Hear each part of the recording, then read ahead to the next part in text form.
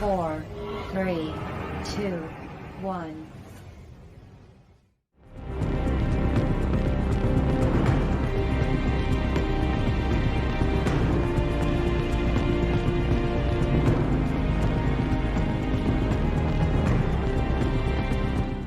Selamat pagi, Bapak Hendra, Ibu Beni.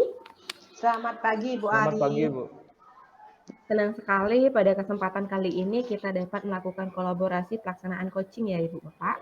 Nah, sebelum beranjak kegiatannya, saya melakukan perkenalan diri dulu. Saya sebagai pengamat Ari Dwi Jayanti, coach Pak Hendra, dan coach itu Ibu Beni. Hal-hal yang akan saya amati dari praktek coaching kali ini yaitu yang pertama, alur tirta, terdiri dari yaitu yang pertama tujuan, identifikasi, rencana aksi, tanggung jawab. Nah, yang kedua yaitu kompetensi inti coaching, yaitu yang pertama yaitu kehadiran penuh, mendengarkan aktif, dan mengajukan pertanyaan yang berbobot. Nah, selanjutnya saya akan mengajukan pertanyaan kepada coach, yaitu kompetensi coach apa yang ingin dikembangkan dalam proses kegiatan kali ini. Untuk kompetensi yang ingin saya kembangkan pada praktek coaching ini, yang pertama itu tentang kehadiran penuh, kemudian mendengarkan aktif dan mengajukan pertanyaan berbobot. Oke. Selanjutnya yaitu bagian kompetensi mana yang secara spesifik Bapak ingin lakukan? Pada kali ini, bagian spesifik yang ingin saya kembangkan yaitu tentang mengajukan pertanyaan berbobot. Selanjutnya yaitu indikator ketercapaian dari tujuan pengembangan yang ingin Bapak lakukan hari ini yaitu apa ya Pak ya? Yang menjadi indikator ketercapaian yaitu pada praktek coaching kali ini yaitu melalui mengajukan pertanyaan berbobot nantinya coach dapat menemukan solusi sendiri atas permasalahan. Iya. Nah,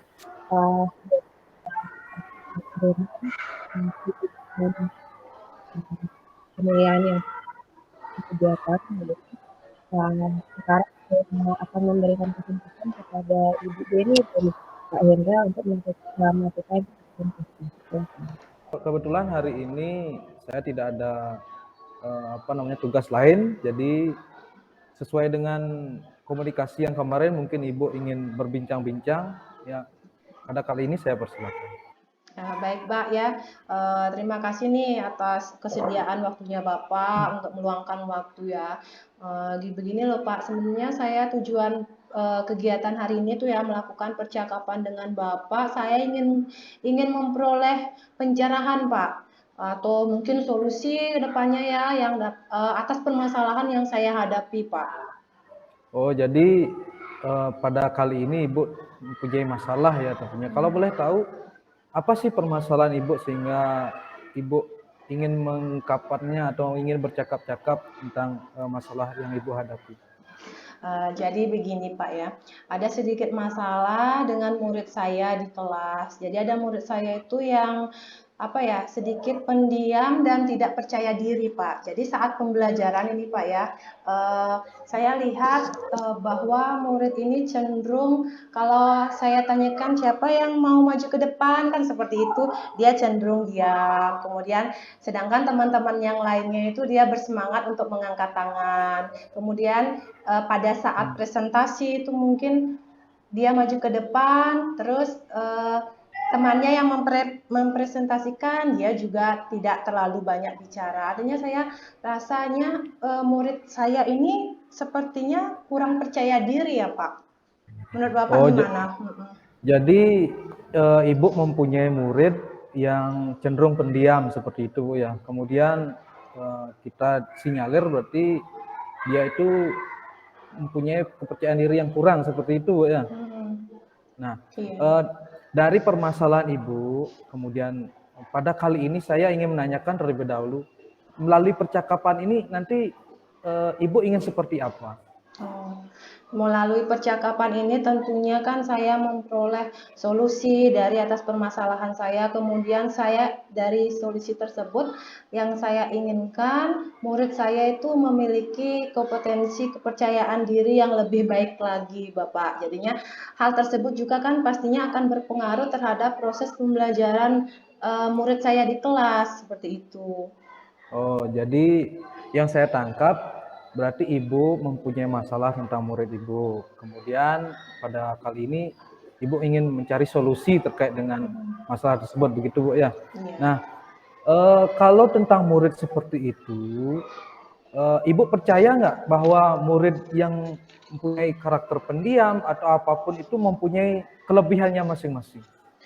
Oh, kalau menurut saya itu ya, saya tetap percaya karena saya yang tahu betul bagaimana murid saya di sekolah. Saya percaya bahwa sebenarnya murid saya itu mampu.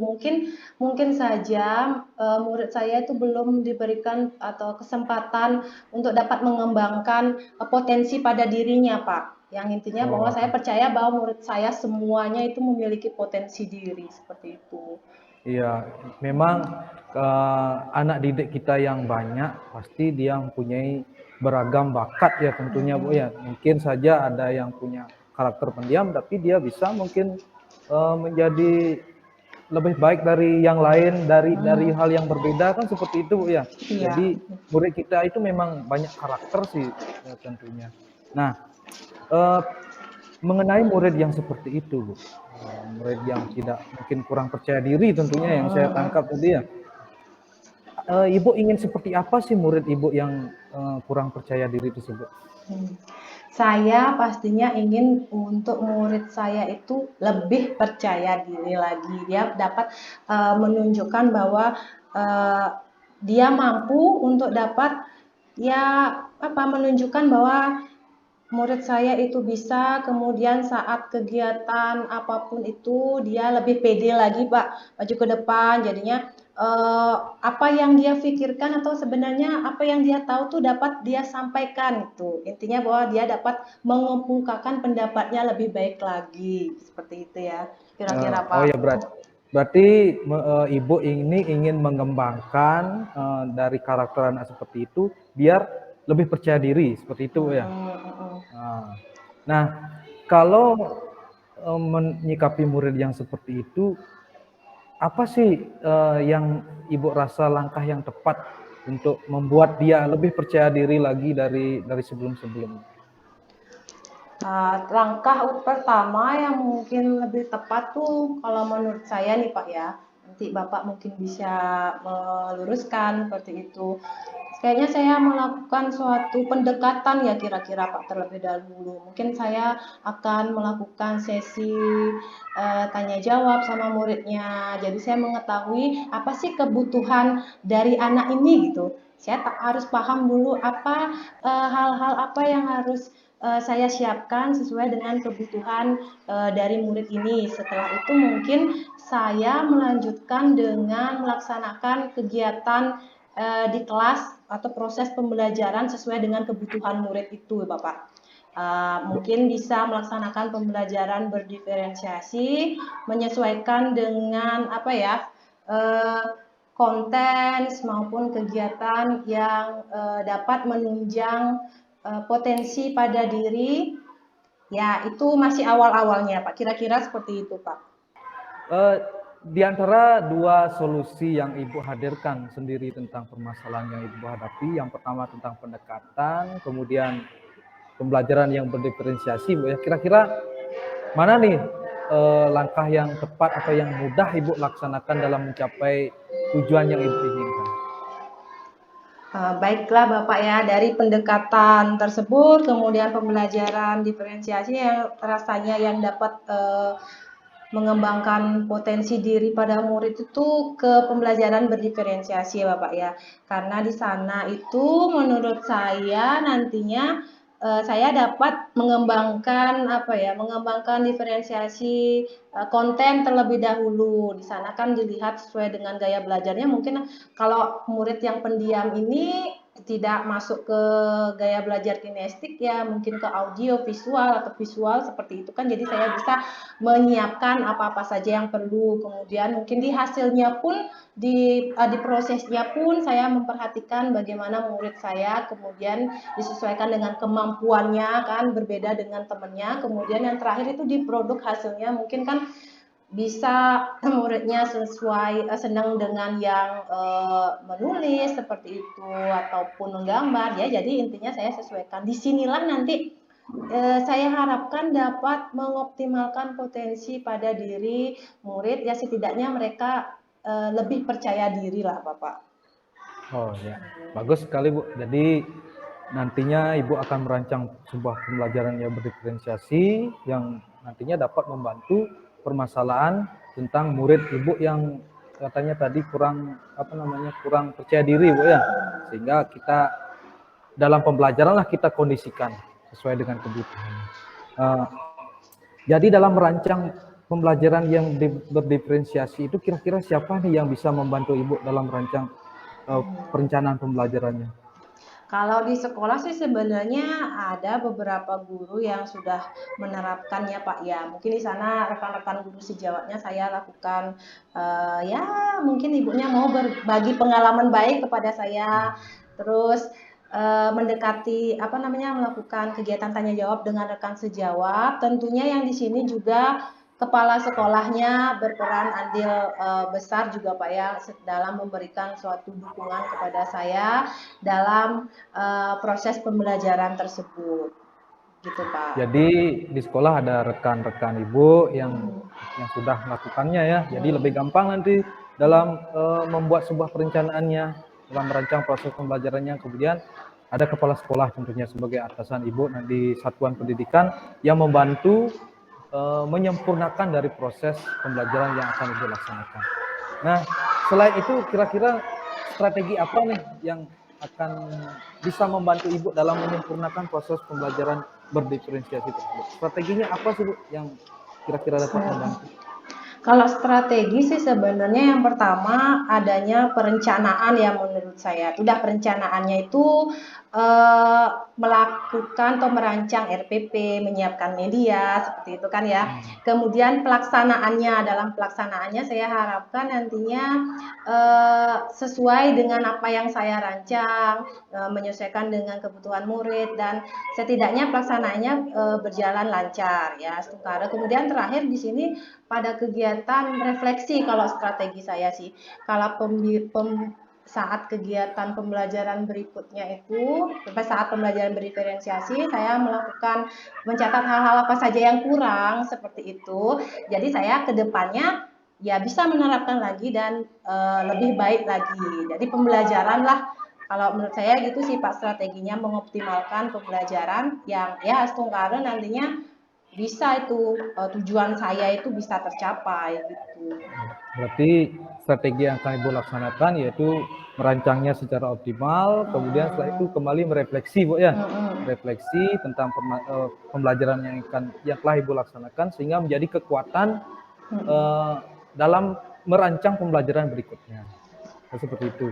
Nah, dalam merancang proses pembelajaran yang dapat mengatasi permasalahan anak didik Ibu, apa sih yang menjadi tolak ukur dari keberhasilannya? Oh ya, itu udah Pak, tolak ukurnya ya tentunya saya melihat ada perubahan pada murid saya ini. Yang dulunya dia itu tidak terlalu banyak bicara, namun kedepannya saya lihat saya observasi dengan penilaian sikap Bapak. Saya lihat bahwa oh ternyata murid saya ini dia lebih aktif seperti itu, dapat mengemukakan pendapat dan lebih pede dalam mengikuti pembelajaran. Saya rasa gitu Pak. Jadi nanti setelah melaksanakan proses diferensiasi ini, anak didik Ibu mampu nanti yang untuk meningkatkan dari kompetensi yang ada dalam dirinya dari yang mungkin pendiam atau kurang percaya diri jadi lebih menjadi percaya diri. Luar biasa sekali Ibu tentang apa yang menjadi masalah dan apa yang sudah Ibu ungkapkan sehingga menjadi sebuah solusi terkait permasalahan Ibu. Nah, dari percakapan singkat kita ini dari awal dari sampai sekarang, kira-kira apa nih yang sudah Ibu dapatkan dari percakapan kita Hmm. kali ini? Oh iya ya Pak ya. Jadi kalau menurut saya dari percakapan ini yang pertama dari arahan Bapak juga ya. Jadi saya paham ya bahwa pertama saya akan melaksanakan pendekatan terlebih dahulu dengan murid sesuai agar mengetahui apa sih kebutuhan dari murid itu ya, terutama murid yang pendiam ini. Kemudian yang kedua tentunya melaksanakan pembelajaran berdiferensiasi yang menyiapkan media-media yang inovatif lah atau yang disesuaikan dengan kebutuhan murid. Jadi itu Pak, poin pentingnya yang saya rasa saya dapatkan dari percakapan ini. Ya, dari beberapa poin penting itu, semoga Ibu bisa melaksanakannya ya, bisa mensukseskan dari proses belajar yang akan Ibu laksanakan. Nah, dari pertama mungkin Ibu ada masalah, kemudian sampai di akhir ini setelah Ibu menemukan solusi, bagaimana sih perasaan Ibu hari ini? Perasaan saya kalau sebelumnya tadi tuh masih merasa galau lah Pak ya, tapi setelah melakukan percakapan ini saya merasa pikiran saya lebih apa ya, tenang dan terbuka. Ya tentunya saya merasa senang saya tahu nih ke depannya saya akan melakukan hal apa seperti itu Bapak. Ya, tentunya perasaan yang bahagia Bu ya, Iya, sudah menemukan solusi dari hal-hal yang mengganjal dari pelaksanaan tugas yang kita laksanakan. Semoga kedepannya Ibu lebih bersemangat dalam melaksanakan tugas, sehingga kita bersama-sama bahagia dalam melaksanakan pembelajaran baik anak didik maupun gurunya sendiri, dan ke depan kita bisa menjadi agen transformasi pendidikan menuju ke arah yang lebih baik. Nah, mungkin ya itu saja Bu pada pertemuan iya. kali ini. Sebelumnya nih terima kasih ya Pak ya atas bimbingannya Bapak. Nah, sehingga saya ini dapat mencari solusi atas permasalahan saya. Saya sangat mengucapkan terima kasih banyak. Mungkin nantinya juga kita kalau saya ada masalah lagi, mungkin saya bisa sharing-sharing lagi ya sama Bapak ya. Ya, tentu saja Bu. Ya. Nanti silakan setelah ini kalau masih ada permasalahan kita bisa sharing-sharing kembali dan kita cari sama-sama solusi yang tepat terkait dengan permasalahan ini. Baik Pak ya, ini mumpung waktunya mau jam pulang, ini saya pamit dulu Pak ya. Ya, Saya ucapkan selamat pagi Bapak. selamat pagi Bu. Kegiatan coaching udah selesai, udah gitu saya akan mengajukan beberapa pertanyaan juga dan saya juga melakukan pengamatan dan saya menyampaikan kegiatan coaching yang Bapak lakukan dan Ibu lakukan itu sangat luar biasa ya. Jadi coach mengarahkan ke coaching untuk yang namanya menemukan ide baru ya, untuk yang namanya solusi kegiatan permasalahan yang dihadapi. Dan gitu kegiatan coaching juga sudah sesuai dengan alutita dan menyentuh semua aspek kompetensi coach. Nah, sekarang saya ingin mengajukan beberapa pertanyaan kepada coach, yaitu yang pertama yaitu indikator ketercapaian pengembangan yang ingin didapatkan itu seperti apa, Pak? Terkait dengan ketercapaian indikator yang telah dilaksanakan, yaitu kali ini coach mampu menemukan solusi terkait dengan permasalahan yang dihadapi.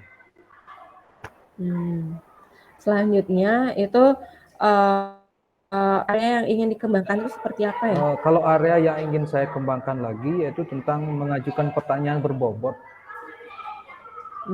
Mengajukan pertanyaan yang berbobot. Yaitu pertanyaan yang terakhir, menurut Bapak, kompetensi apa lagi yang ingin dikembangkan lagi? Selain mengajukan pertanyaan berbobot, yang ingin saya kembangkan lagi yaitu tentang kehadiran penuh dari yang dalam kehadiran penuh itu kita dapat mengetahui permasalahannya apa terkait dengan yang dihadapi oleh Kuci, sehingga dari percakapannya itu nanti mampu menemukan solusi yang tepat sih. Ya, terima kasih atas jawaban dari Bapak Coach. Untuk kegiatan coaching kali ini udah selesai. Saya ucapkan terima kasih kepada Ibu Beni dan Bapak Hendra. Selamat pagi. Selamat pagi.